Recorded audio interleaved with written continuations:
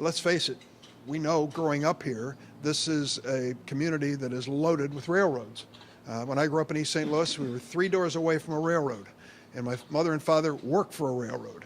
And it happens to be our location, our geography, that brings so much rail traffic into our area, that creates many jobs, but also creates many challenges, and that's what we're here to talk about today.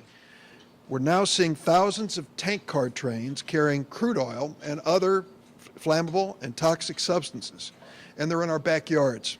With more communities involved, we need to make sure these materials are being transported safely. We just had a few months ago a derailment up near Galena, Illinois. Praise the Lord, it happened outside the town. There was a defective wheel on one of these tank cars carrying crude oil. The tank car derailed and 3 of the tank cars went up in flames. It was a terrible conflagration, and luckily no one was killed, but it was a reminder of what could have happened just a few hundred yards away. Earlier this month, the U.S. Department of Transportation put out regulations on safety standards for tank cars carrying hazardous materials, including crude oil. All of us have waited for this rule, and I'm relieved to see what has happened and what it contains. There's a lot more we need to do. The rule sets a new, tougher standard for tank cars and sets the timeline which cars currently use to be retrofitted to meet a higher standard. New cars built after October 1st of this year are required to meet the strongest safety standards available, including a thicker shell, thermal protection, and other measures. This makes sense. Crude oil and other materials being carried through our town should be transported under the highest standards in the safest tank cars.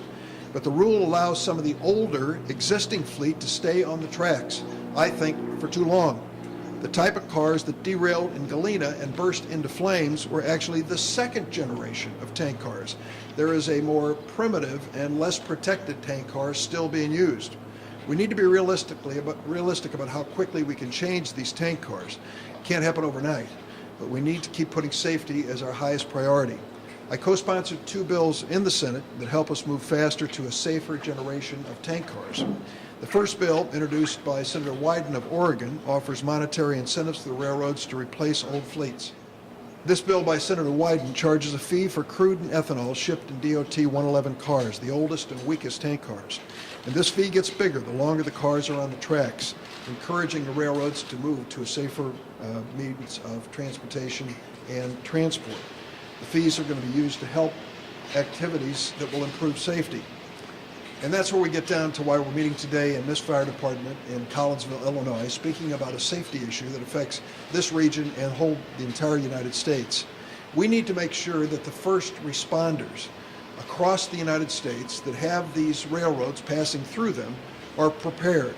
And that means making certain that they know where the hazards are, they know where crossings can be blocked, and they know where there may be limited access in terms of emergency response.